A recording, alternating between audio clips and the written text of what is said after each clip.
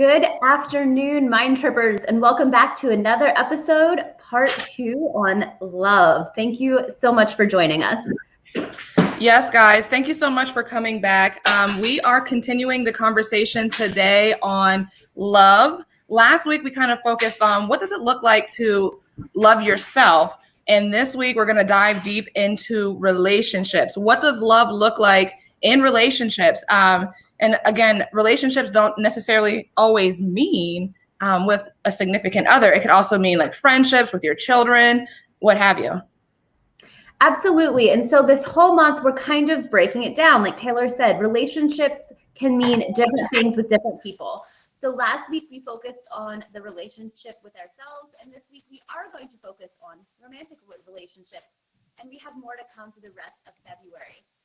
We don't want to delay because we kind of have a heavy segment today and lots of great information to give you. So Taylor, would you like to start out with our scripture for the week? Absolutely, guys. So our Bible verse this week comes from 2 Timothy chapter 1, verse 7. For God has not given us the spirit of fear, but of power, love, and a sound mind.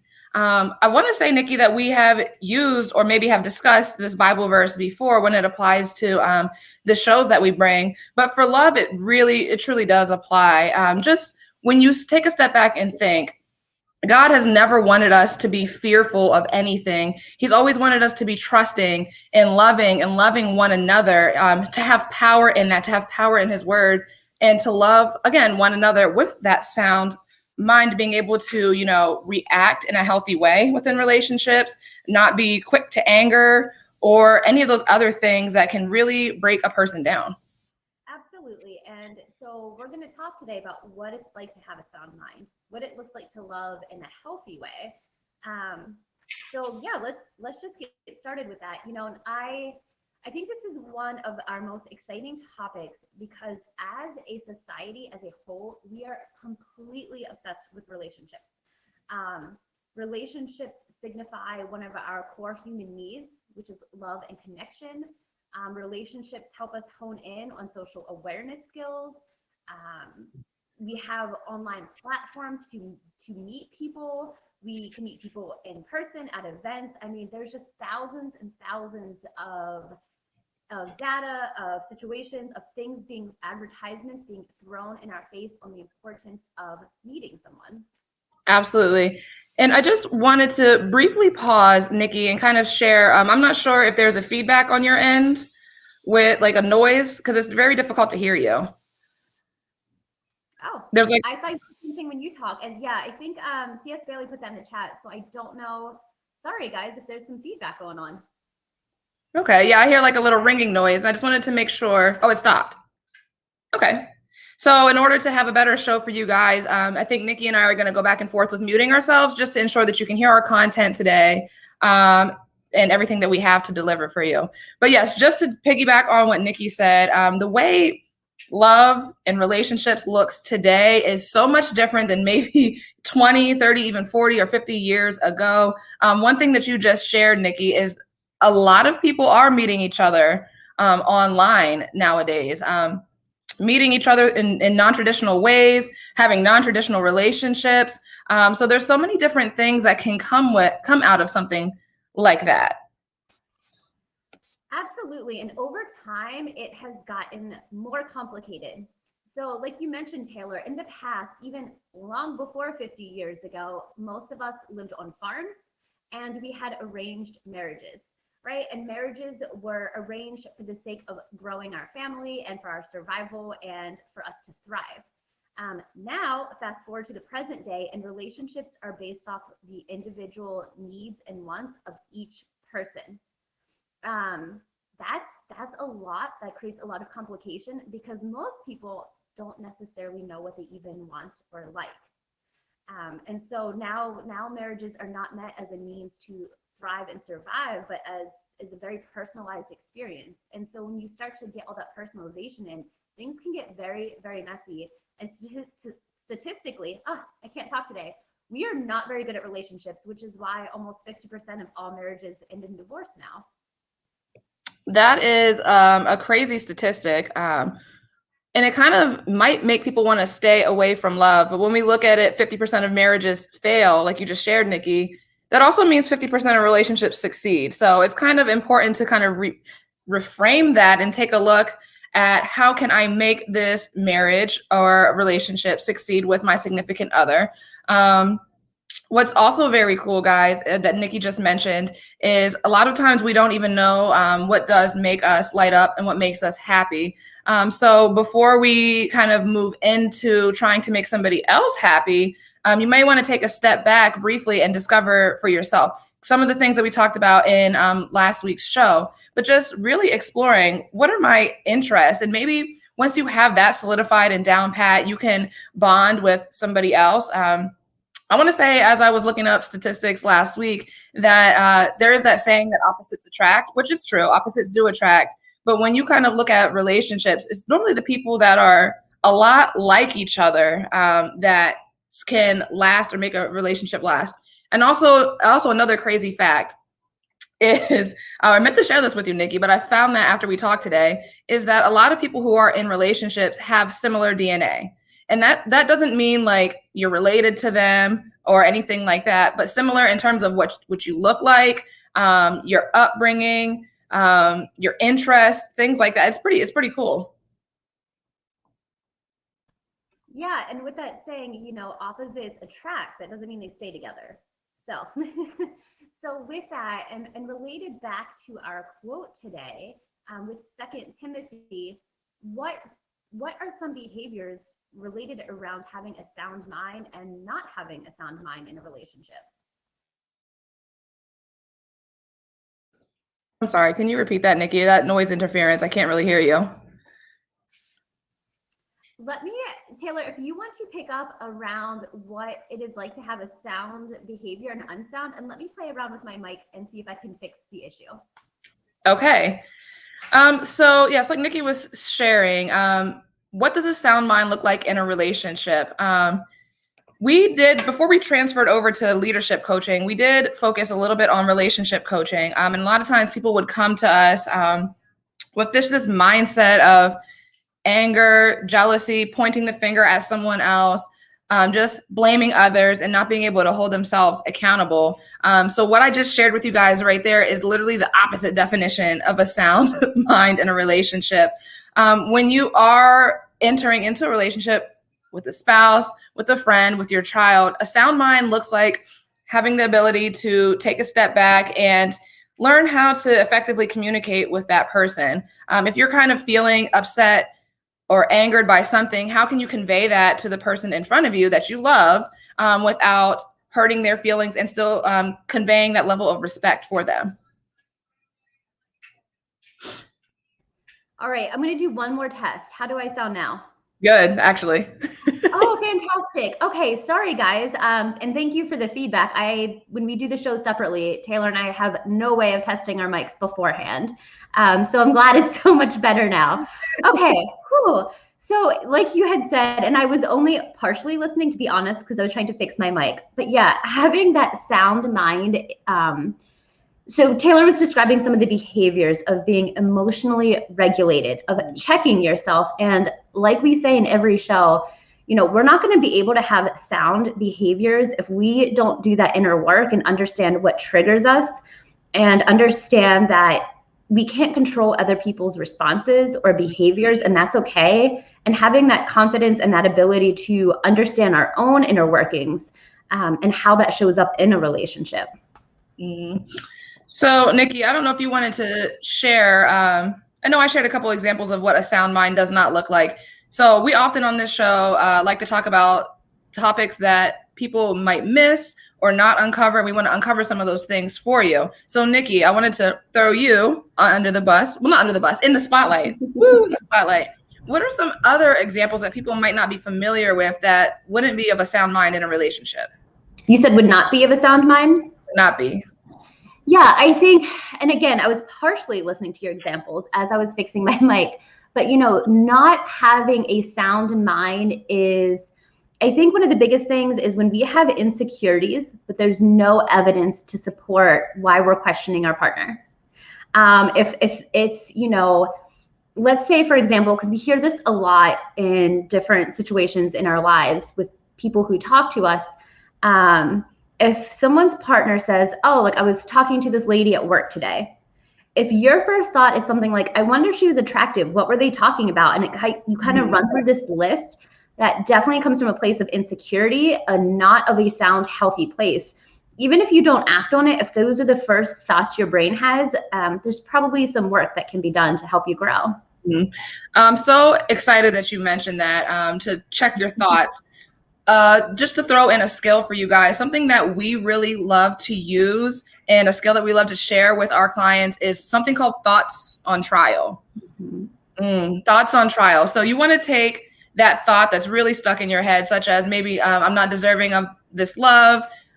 This person is looking at me in a certain way. Put that on trial. What evidence do you have for that thought?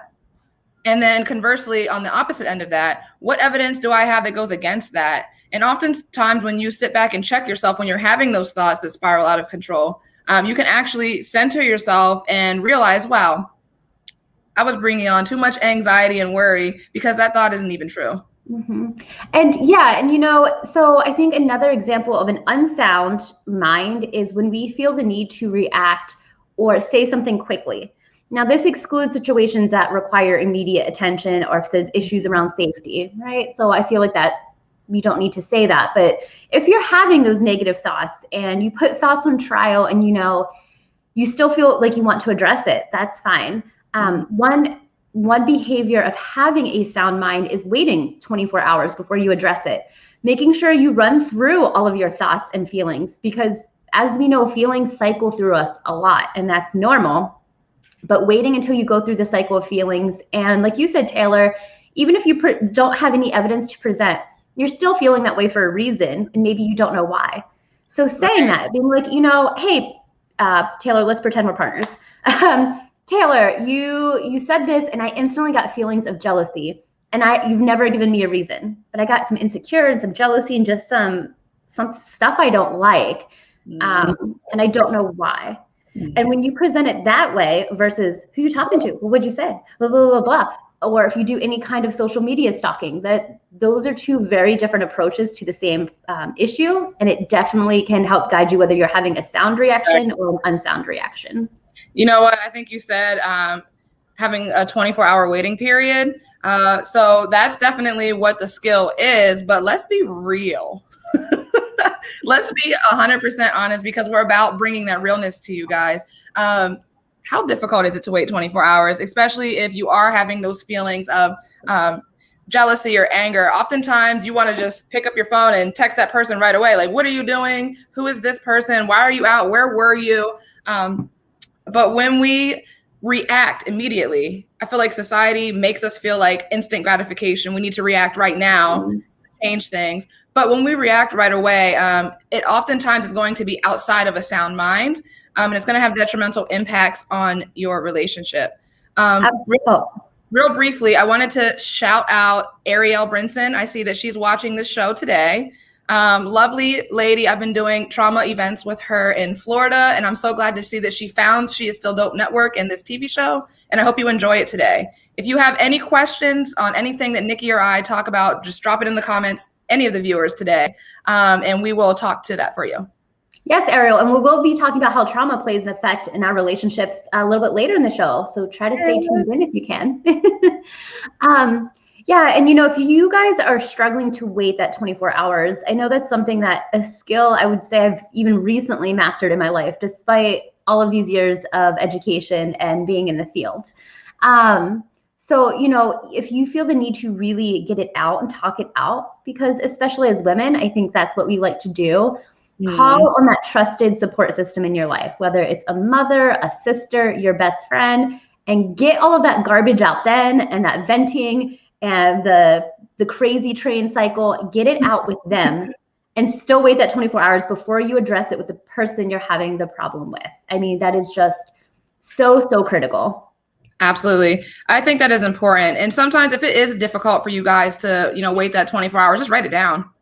Write it down, journal that thought, work it out, and then maybe circle back to that.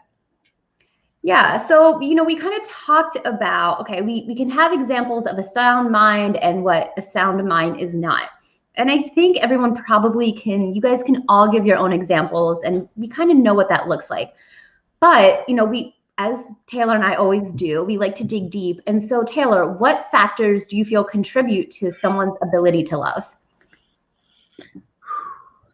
What factors contribute to somebody's ability to love? Wow.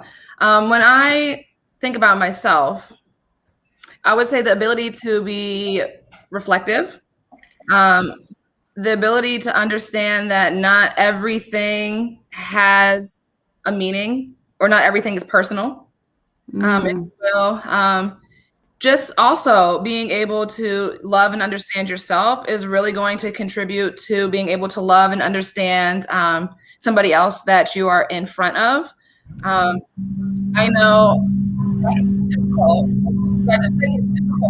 Maybe have experienced some levels of trauma or just difficult experiences in relationships in your childhood. That's very difficult. But I think those are some of those main factors that can contribute to a successful relationship. Hi, Mildred. Yeah, you brought up a good point of things that happen in our childhood, albeit good or bad, but our experiences in life absolutely affect our ability to love others, right? And so if we have feelings of low confidence, low self-esteem, abandonment issues, we grew up in a household that was full of conflict.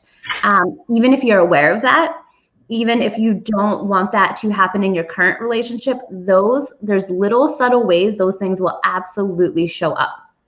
And it will affect the behaviors you choose to have. Absolutely. When I think about that deep story there, it reminds me of one of my kiddos that I used to do trauma therapy with, and she was abused by mom's boyfriend. We'll just spare the details there, but she was abused by mom's boyfriend, and she kind of learned that she's not supposed to speak about it. She's not supposed to bring it up. So taking that into her late teenage years, she's 18 now. It was very difficult to get her to see that the trauma that she had been through is really impacting and influencing those mindsets that she currently has, such as, my significant other is not allowed to talk to other women, period. Cousin, mom, best friend, like that's done. Got to check the phone, the not trusting, that she really suffered with that because of what happened in her childhood. And she took those mindsets and that learned behavior with her. So it was very important to help point those things out, call it out. What is that term that we like to use, Nikki? Point and call. Is that what it is? Mm-hmm. Point and call. Like when I would be working with her and she would say something crazy or off the wall, I'm like, that's that trauma.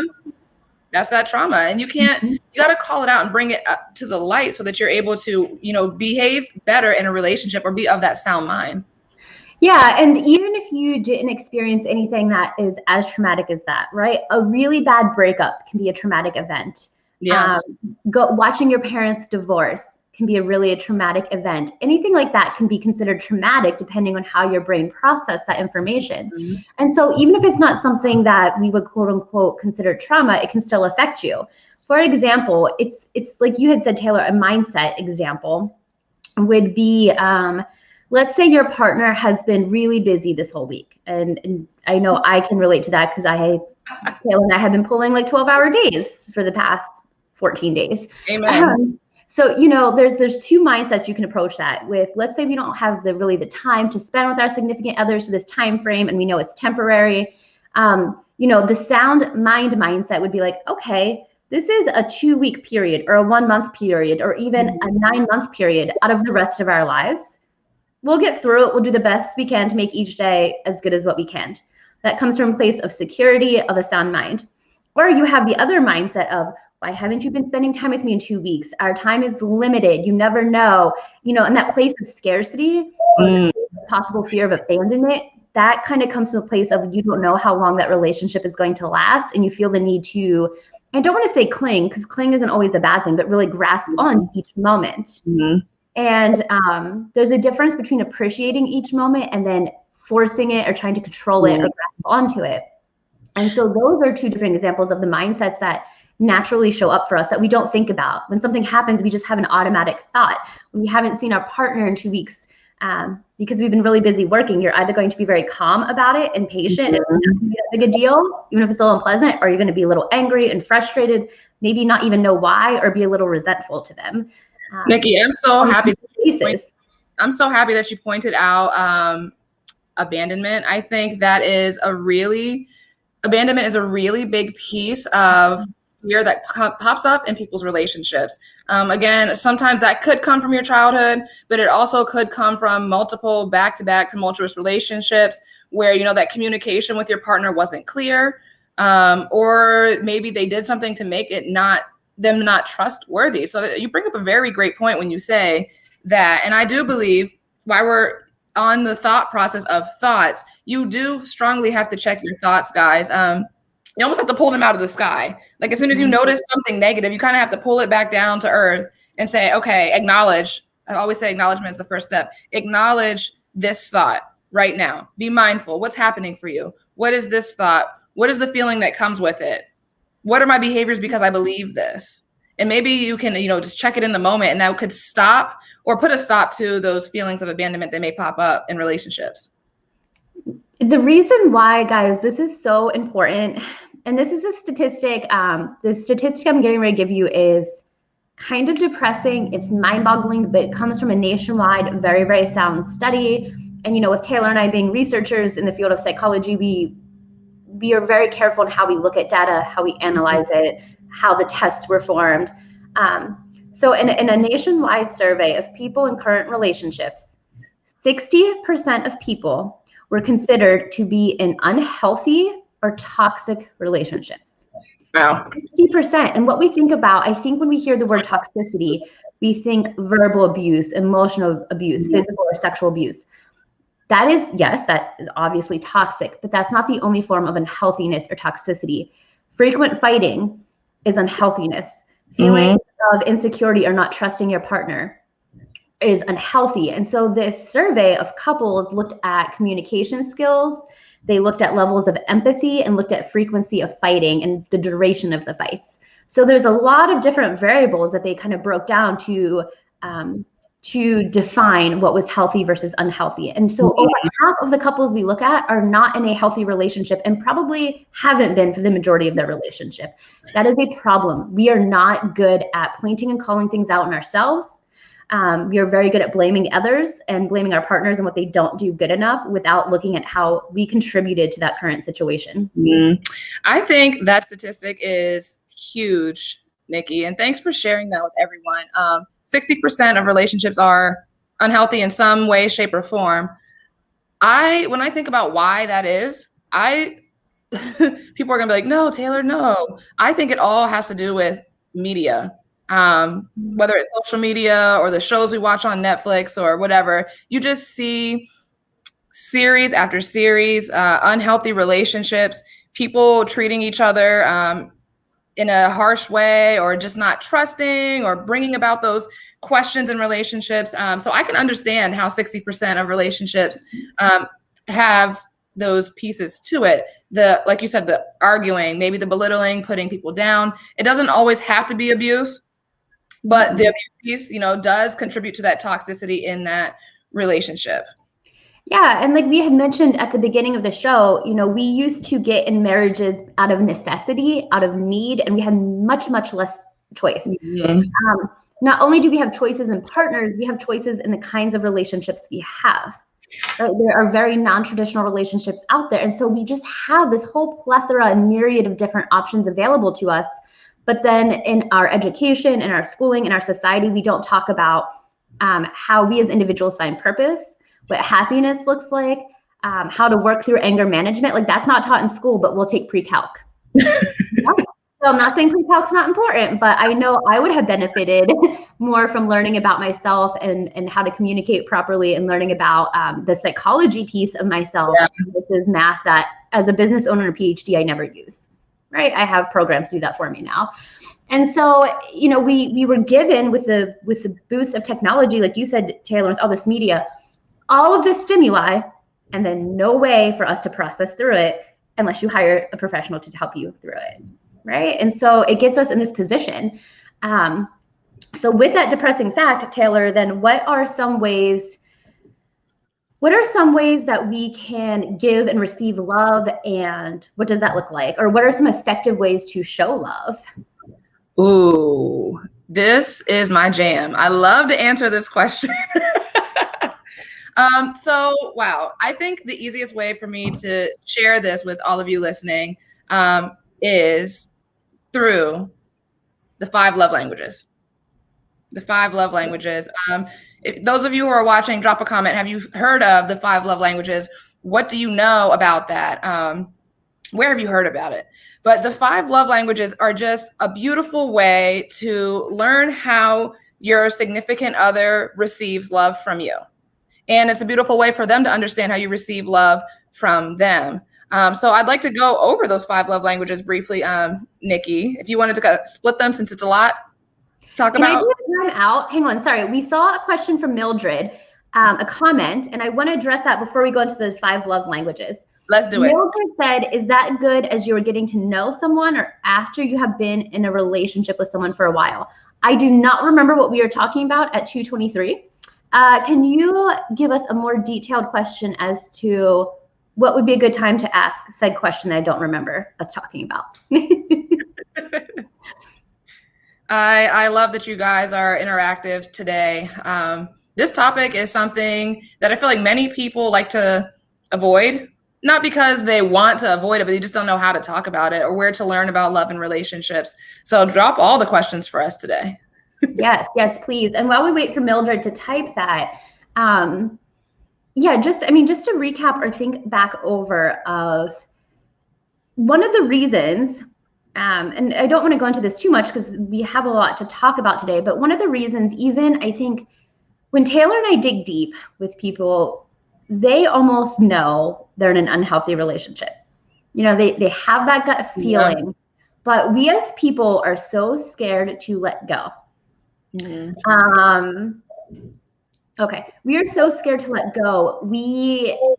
And I find that interesting because although we need connection in life, we have the ability to connect with people more now than what we ever have in any period in time. So I find it interesting that we still have that huge fear mindset over letting go of something that is not healthy. Oh, the 24-hour reaction. Great question. Okay, so Mildred, thank you. As a whole, Mildred's question was, should you wait 24 hours to react to something you're uncomfortable with? Is that better in the beginning or after you've been dating for a while? So, and Taylor, you can give me your piece of opinion then. For me, unless it's something that needs addressed in the moment, again, we're talking about safety, something we're uncomfortable with, something that is intimate, that obviously needs addressed in the moment. But anything else where there's not a time-sensitive emergency plan on it, if it's evoking a strong reaction in us, and always wait 24 hours. And this goes with friendships. This goes with anything in life. If you can wait to send an email to a coworker, hour wait time is critical unless you've been really, really trained well and your brain has been well trained in communication and psychology and all of this stuff we've been talking about until you get to that point of confidence. And even Taylor and I, we really try to practice that 24-hour wait time. I 100% agree with that, Nikki. It is important to wait 24 hours unless it's like a pressing emergency or something's coming up or you don't feel safe in the relationship or he or she has done something to make you kind of question. Sometimes you do need to react immediately. You do. It is what it is. But if it's a subject or a situation that could offer a pause and break to just reflect on why it really upset you and what place that's coming from you, I would strongly encourage a 24-hour break. I think this works well up front in new relationships because you set the tone for what it's going to be throughout. But also, this is funny. Sorry, guys, I have to say this. But also sometimes in the beginning of a relationship, when we react so quickly, that person's going to be like, ooh, she's crazy. I don't want nothing to do with her or him. So just, use that 24-hour rule as needed throughout all of your relationship, whether it's beginning, middle, and it's going to help you circle back to, you know, that sound mind that the Bible verse talks about. It's going to help you circle back to just reestablishing that love and respect for one another. Taylor, you mentioned two good points before we move back to the 5 love languages. One, you had mentioned about circling back. And I mean, that's a phrase that I know Taylor and I use weekly. You know, even if I'm talking to Sean, I think that's the phrase I use of like, hey, I want to circle back to like this conversation we had yesterday or to this thing. And I see the look, like he sits down, he's like, oh boy, this is gonna be a conversation. Okay. Which is way better than me reacting immediately. So yeah, any point, and like you had said, Taylor, you know, it sets the tone. It sets the tone for how your partner should do the same thing. You're modeling what the expectation is, because if you do something that upsets them, we would expect the same behavior response of like, okay, they're gonna sit on it, they're gonna feel it out, they're gonna come up with a composed response and be calm and patient.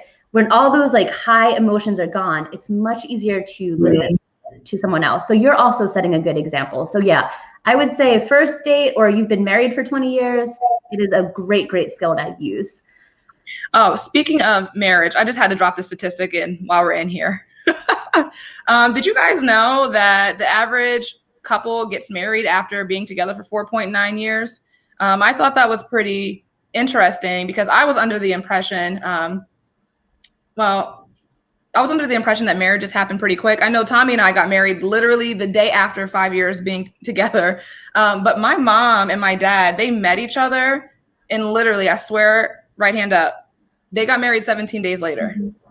17 days later. So I love that you mentioned that, Nikki, whether you are in the beginning of a relationship or 20 years in, you got to establish that communication. You got to establish that 24-hour wait and review period, especially if you really cherish and love and want that relationship to be something. Yep. And sadly, the average marriage lasts only a little over 8 years, which we're not even gonna get into why those reasons are. Ariel asked, how do you get over the fear of abandonment? So speaking from experience, girl, because let me tell you, going through a lot of trauma myself in my early years, I'm pretty sure I use the word my fear of abandonment with you, Taylor, on, I don't know, 7 times a week, probably. You will 20. Never get over it. Yeah, 20 times a week. Okay, well, whatever. I'm pretty sure I've asked her, like, is our business dissolving? You haven't talked to me in half an hour. No, but in all seriousness, it is something you will never get over. It is something, though, that you can learn to have healthy reactions to and not react upon anymore. You'll learn to say, oh, this is my fear talking to me, and then it stops right there versus permeating and trickling through those nasty parts of your life. The answer to that is getting professional help. There's really no other way to get over a fear of abandonment. And, you know, just to kind of second that, circling back, there's that phrase again, circling back, to the one client that I mentioned earlier, she had a very strong fear of abandonment. Her mom abandoned her in her time of need when she was disclosing that abuse. I want to say her dad left and went back to a different country. So she kind of learned that people are going to come into my life. I mean, everybody that comes into my life is going to leave. And it can be very difficult to work on that fear of abandonment in yourself. And I'm going to bring up my favorite quote: you can't see the forest through the trees. So it is important to seek professional help.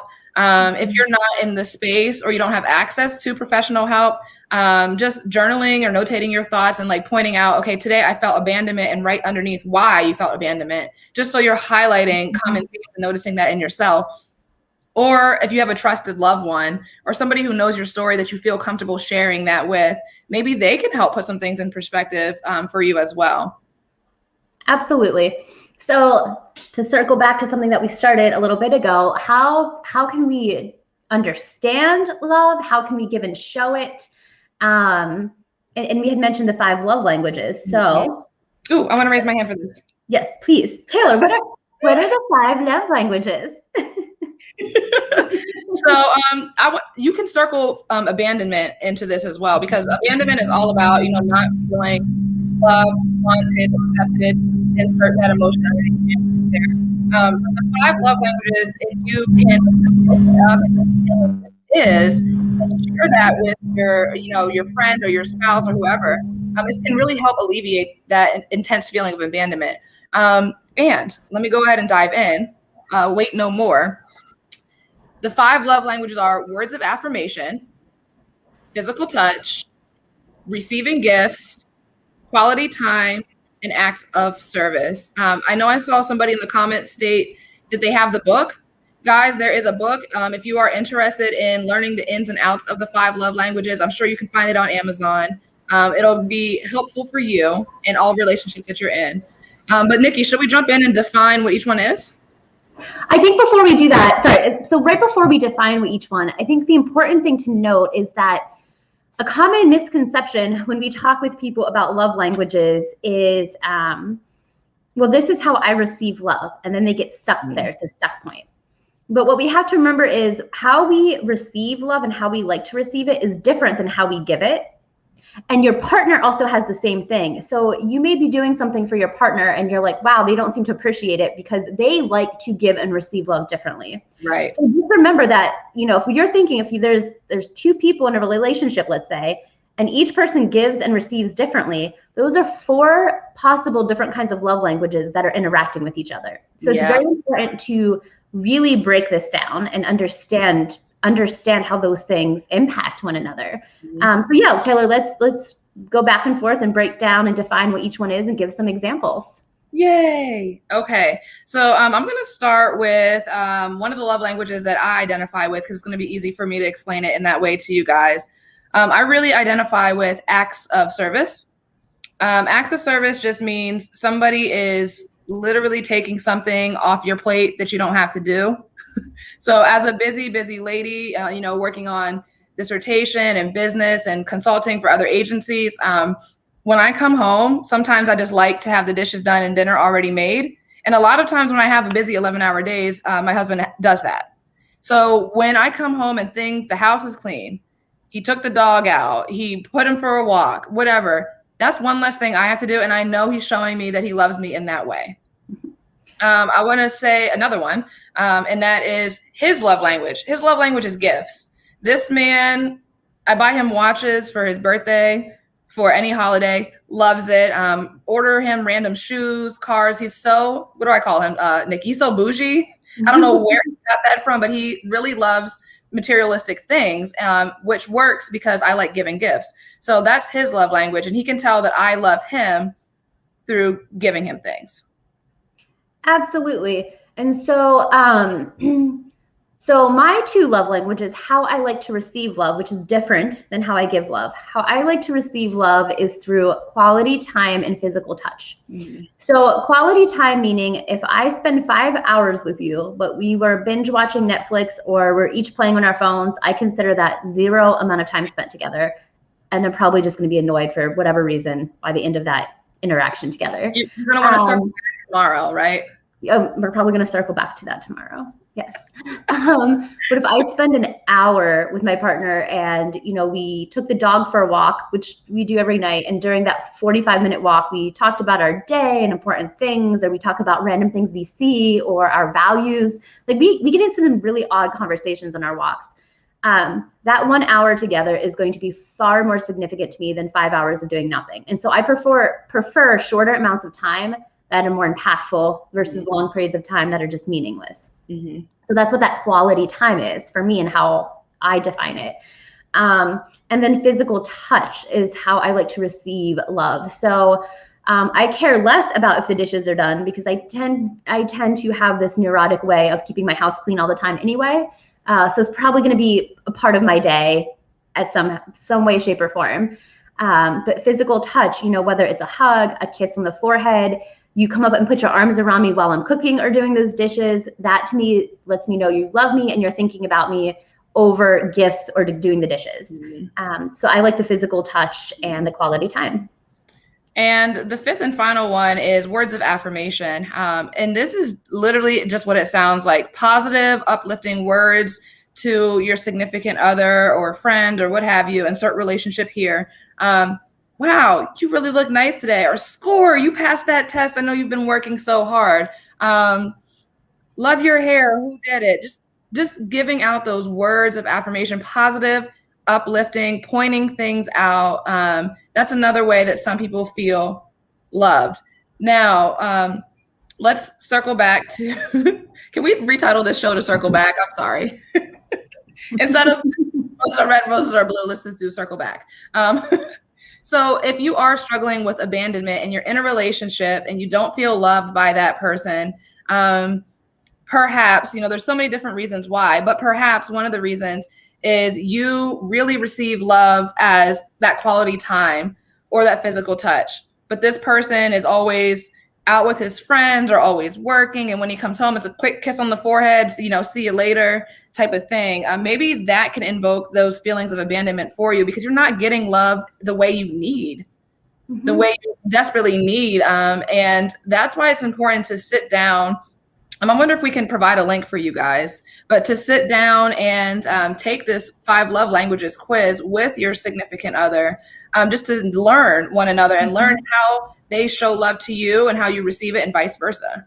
Yeah, because like in that example you gave, Taylor, let's say that person though buys dinner a lot or does little things. They might think they're killing it with showing you love, not realizing that's not your preferred way to receive it. And we can't fault our partners if we don't tell them and remind them, this is how I prefer, because it's natural. Like I don't know why. And Taylor, we were talking about this earlier. I like to show my partner love by like acts of service or like buying him little things or like, hey, I put your laundry away. He does not care about that at all. Like he likes to receive his love the same way I do, like more of that quality time and physical touch. So we both like to receive love in the same way, but yet my automatic response is the act of service, which goes to a long history of my life experiences, and that is who I am. So even though I know this about him, it's hard for me to remember that. So this is a conversation that needs to be had and brought up, and that we're checking ourselves often. And then we have to remember that those love languages, which translates into respect, will be different for our friends. So for example, if Taylor gives me a hug when I'm upset, I'm like, please don't touch me. But I love it when she gives me words of affirmation. When she's like, you did a great newsletter this week. I'm like, oh, thank you. Am I the smartest girl ever? Like, I really like when she gives me words of affirmation. When Sean does that, I'm like, okay, like I don't care as much. So knowing how our love language has changed based on the kind of relationship and then knowing what the other person wants is critical. And also knowing these things can change over time. And they often do change as we grow and change. So this isn't something that you do once at the beginning of your relationship and hope that it lasts you for the next decade, because it won't. So this is something that you need to check in on probably yearly as our life changes. I like that you said that, actually, because when I started out my relationship with Tommy, I think I'll always be acts of service because but I think I've never really cared about physical touch, but now more so lately I have been. Like he'll come home from work, hey T, take the dog out. And I'm just sitting there like, dang, he's been home for 15 minutes. I haven't got a hug or a kiss yet. Like, what? Do you love me still? Like, what's happening? Are you getting divorced tomorrow? Like, is there someone else? One of my love languages, I think when you and I first took this 3 years ago, was definitely acts of service, and that is no more. So yeah, as our lifestyle changes and our personality changes, our love languages are going to change, and that's okay. And kind of going on Mildred's sentiment earlier from the 24-hour question, this is something that should be done at the beginning, middle, and after a long-term relationship, and with friends too. You can do it with friends and family members and your partners.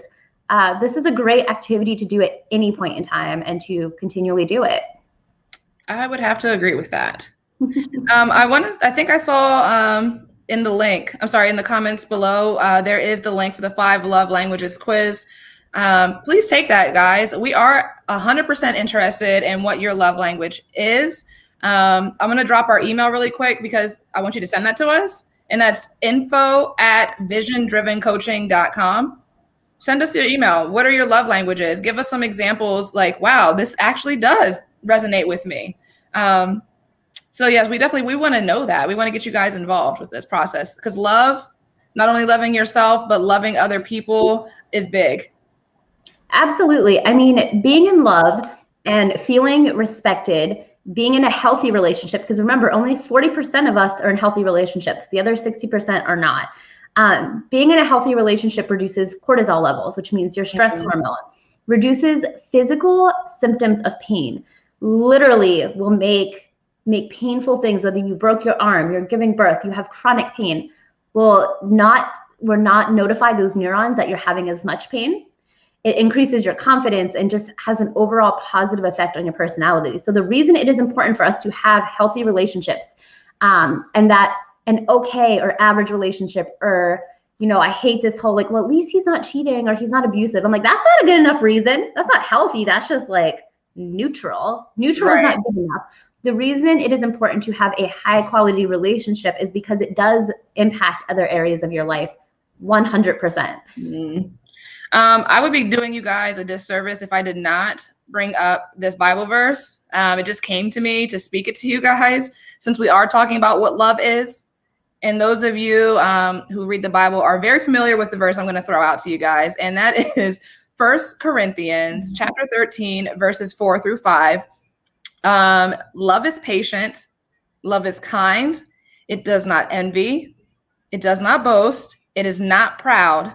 It does not dishonor others.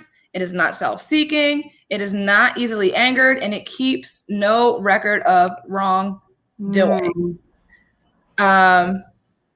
I think that just about sums up everything that Nikki and I talked about today, even down to from the fear of abandonment through the love languages. That love is kind and love is understanding. Love encompasses all. It helps you have that sound mind.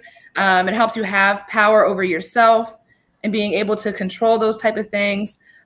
Remember, I think the biggest part for me in this Bible verse is that it is not easily angered and it keeps no record of wrong. That's a big one. It is so easy to, like, you know, I have notebooks here in front of me because that's my life. It's always easy to say, Tommy did the dishes, but he left the rag on the stove instead of back in the middle of the sink where it belongs. This is an ongoing annoyance for her, by the way. She brings it up weekly. I had to point it out. Right. It keeps no record of wrong, guys. And that's where forgiveness comes in too. I know Nikki and I spent some time sharing about the power of forgiveness when you are feeling angry or somebody has done you wrong. You can forgive, but never forget the life lessons that it taught you. Absolutely. And as we wrap up, remember too that everything that we talked about, yes, you know, talking about being kind and being forgiving and not keeping record, when we're able to understand our love languages, we're able to effectively communicate. It also allows us to set healthy boundaries with others, which means you cross that enough times, you're removing yourself from the toxic relationship. I think people confuse kindness and forgiveness with allowing things to continue to happen, and that is not the case. That is absolutely 100% not what we are saying. And so when you're able to have that sound mind, you're able to have sound boundaries and a sound life, and it really just does impact everyone. 100%. Nikki, would you like to do the honors of closing us out in a prayer? Absolutely.